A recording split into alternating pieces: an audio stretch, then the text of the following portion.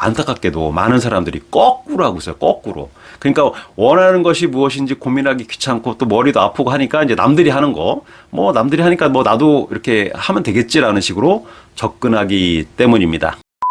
미국의 한 설문조사 기관에 따르면 인생을 변화시키려고 도전한 사람 10명 중에 9명은 실패를 하고 단지 1명만 성공을 한다고 해요. 정말 생각만 해도 안타까운 현실인데 여러분은 스스로 생각했을 때 어디에 해당한다고 생각하세요?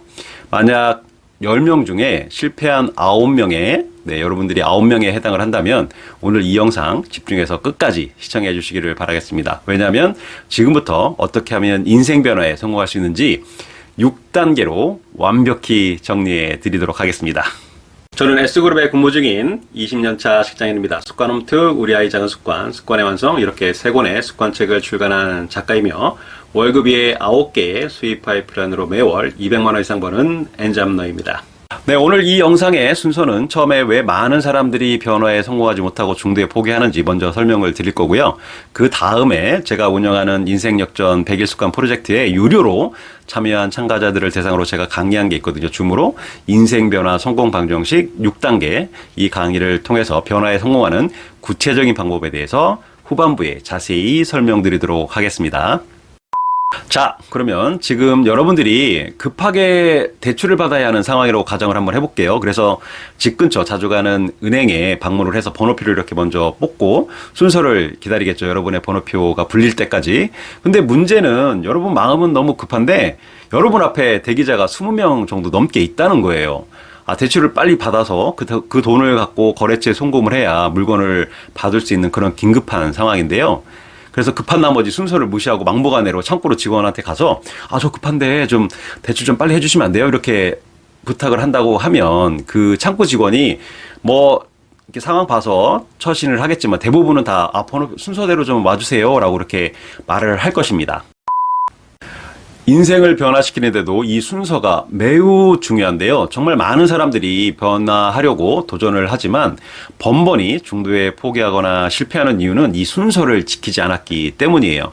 변화에 성공하기 위해서는 내가 정말 진정 이 마음속에서 원하는 것이 무엇인지 안 다음에 그 다음에 목표를 세우고 그 목표를 달성하기 위해서 행동을 해야 되는데 안타깝게도 많은 사람들이 거꾸로 하고 있어요. 거꾸로.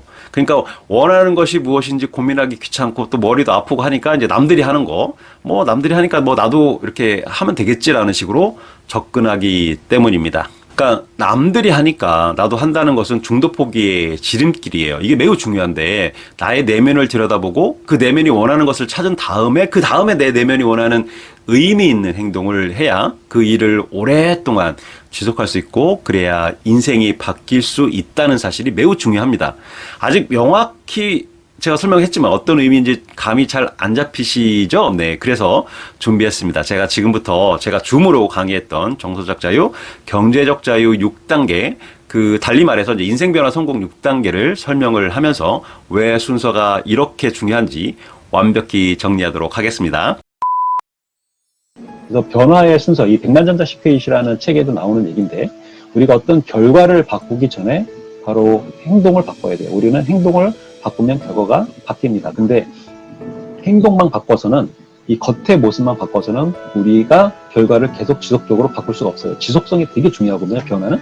이 순간 내가 기분이 좋아서 몇 번 시도하다가 중간에 멈추게 되면 변화는 의미 있는 변화는 우리 삶에서 일어나지 않기 때문에 지속성, 시작과 지속성이 되게 중요해요. 변화는. 근데 이 지속적인 측면에서 행동만, 겉에 드러나는 이런 행동만 바꿔서는 결과는 오래 지속되지 못한다. 그러면 이 결과를 오래 지속하기 위해서 행동 전에 뭘 바꿔야 되냐면 우리의 감정을 바꿔야 돼요. 우리가 하고 싶다는 이런 마음을 줘야 되는데 이 감정이란 것은 어디에서 오느냐면 생각이 바뀌어야 이 감정이 계속 생각이 바뀌어야 감정이 바뀌고 감정이 바뀌어야 그것들이 행동으로 옮겨지고 그 행동이 지속되면서 결과가 우리가 원하는 대로 계속 나타나는 거고 변화에 성공할 수 있어요. 그런데 이 생각은 그러면 어디에서 오느냐?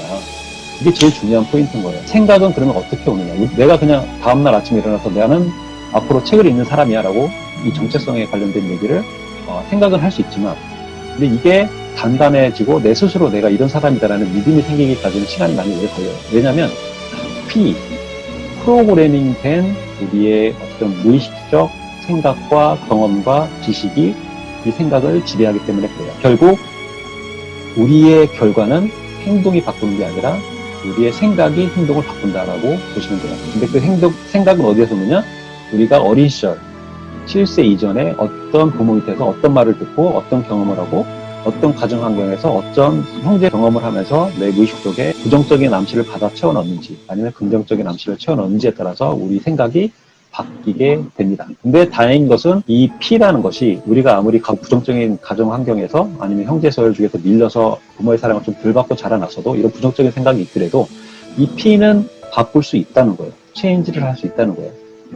그게 좀 긍정적인 거고 그렇게 바꾸기 위해서는 우리가 많은 노력을 해야 되겠죠. 습관도 순서가 매우 중요해요. 이게 제 책에도 나와 있는 얘기긴 하지만 여기 보면 결과 중심의 습관이 있고요. 그 다음에 정체성 중심의 습관이 있어요. 아까 여러분들이 말씀해 주신 것처럼 내가 어떤 사람이다. 나는 책을 읽는 사람이다. 나는 늘 공부하는 사람이다. 성장하는 사람이다. 이런 나의 어떤 정체성이 있은 다음에 그 과정 속에서 자기 효능감들, 그래야만 오래 지속할 수 있고 그 행동이 지속할 수 있기 때문에 결과가 나오고 변화에 성공할 수 있어요. 근데 이걸 거꾸로 하면 결과 중심의 습관을 하는 사람, 나는 이번에 과장으로 진급하기 때문에 영어 OPT 점수가 필요해 라고 이제 결과만 세팅을 해놓으면 그 과정 속에서 열심히 할 수 있겠죠. 근데 정체성이 없다 보니까 승지 시험이 끝나고 나면 다시 영어 공부를 안 해요. 그냥 거기서 딱 멈춰버려요. 단기 프로젝트밖에 안 되는 거죠. 결과가 지속되지가 않아요. 나는 정체성으로 공부하는 사람이고 늘 성장하는 사람이고 배우는 사람이라는 정체성 있는 사람은 승지 시험이 끝나도 계속 공부를 하고 배우는데 그렇지 않은 거꾸로 가게 되면 중간에 멈출 수밖에 없게 되는 거죠. 새해 결심한 사람 중에 92%가 실패를 한다고 해요. 그만큼 많이 힘들어 하는데 여러분들이 지금 24일이 왔지만 아직 진정한 고민은 오진 않았어요.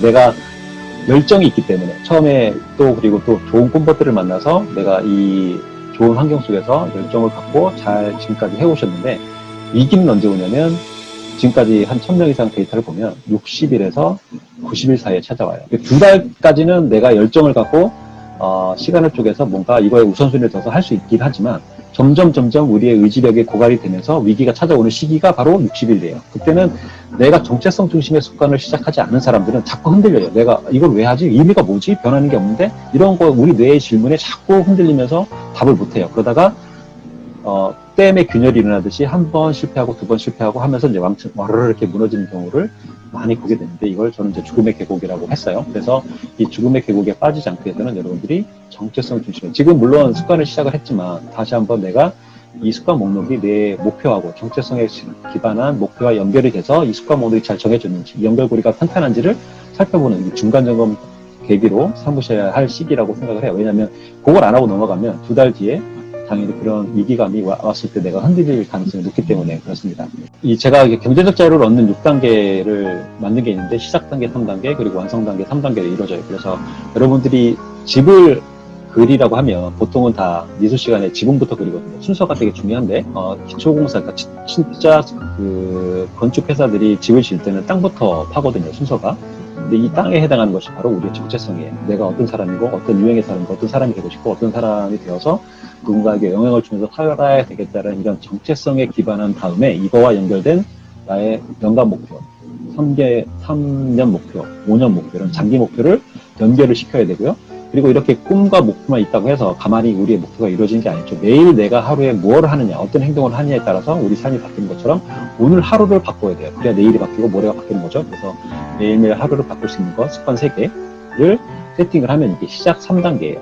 근데 완성 단계로 가기 위해서는 우리가 반드시 거쳐야 하는 게 바로 반복이에요. 반복에 지치지 않고 계속 꾸준히 하기 위해서 우리가 하루 10분 습관 3개라는 아주 작고 사소한 습관 전략을 도입을 해서 여러분들이 지금까지 계속 습관에 100% 성공을 하고 있는 거죠. 근데 이 반복을 통해서 이 정체성이라는 게 나는 그냥 공부하는 사람이야 라고 어떤 책을 읽고 어떤 영화를 보고 감동받아서 그렇게 생각을 할 수 있지만 이게 내 믿음과 연결이 되는 거예요. 내가 믿음이 자꾸 흔들리면 이게 내가 정체성을 갖고 있다고 해도 자꾸 흔들리거든요. 내가 이게 정말 이렇게 한다고 해서 내가 계속 이 믿음을 갖고 강화시켜가면서 내가 행동을 반복할 수 있느냐. 근데 솔직히 그렇진 않고 계속 내가 자기 내면화를 시켜야 돼요. 내면화. 내가 스스로 믿게끔 만들어야 되는데 그런 과정을 반복을 통해서 성찰일지를 쓰든 아니면 계속 내가 작은 성공을 통해서 그런 경험들이 자기 효능감을 높이고 정말 내가 이런 사람이구나. 내가 이런 유형의 사람이구나. 이렇게 믿을 때 그런 것들이 다시 또 좋은 행동을 이끌어내고 이렇게 순환 작용을 할 수 있거든요. 그래서 이렇게 반복을 했을 때 정체성에 대한 믿음이 반복이 될 때 정서적 자유가 얻어지는 거죠.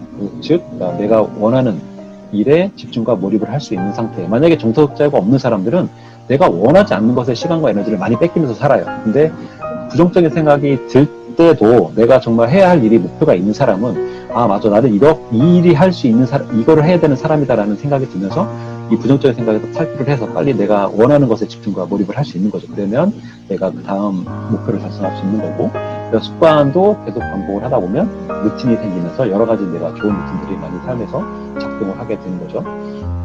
그리고 이런 1년치 목표가 달성이 되고 2년치 목표가 달성이 되면 이런 연간 목표들이 계속 달성이 되다 보면 어느 순간 돈과 시간에서 자유로운 경제적 자유가 달성을 하게 된다. 네, 오늘 이야기를 요약을 하면, 정리를 하면, 우리가 중도에 포기하는 결정적 이유는 순서가 잘못되었기 때문이에요. 우리 내면이 원하는 것이 무엇인지 알아내고, 그 다음에 우리 내면부터 바꿔야 하는데, 남들이 이렇게 하는 거 그대로 따라하려고 하다 보니까, 네, 우리가 실패를 하는 이 결정적인 이유가 되는 거죠.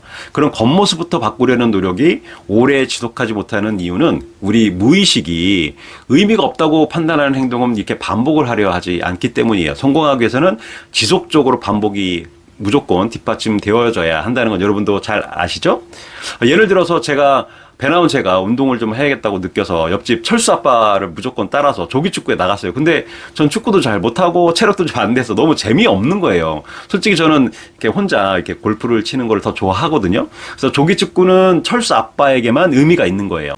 저는 골프에 의미가 있는 거고요. 나에게 이렇게 의미 있는 일을 찾아서 우리 무의식이 반복해야만 오래 지속할 수 있습니다. 그러니까 핵심은 나는 어떤 것을 좋아하고 원하는지 그 시면에서 끌어당기는 이 동기, 이 욕구가 무엇인지 알 때 비로소 그것이 진정한 나만의 의미가 되는 것이죠.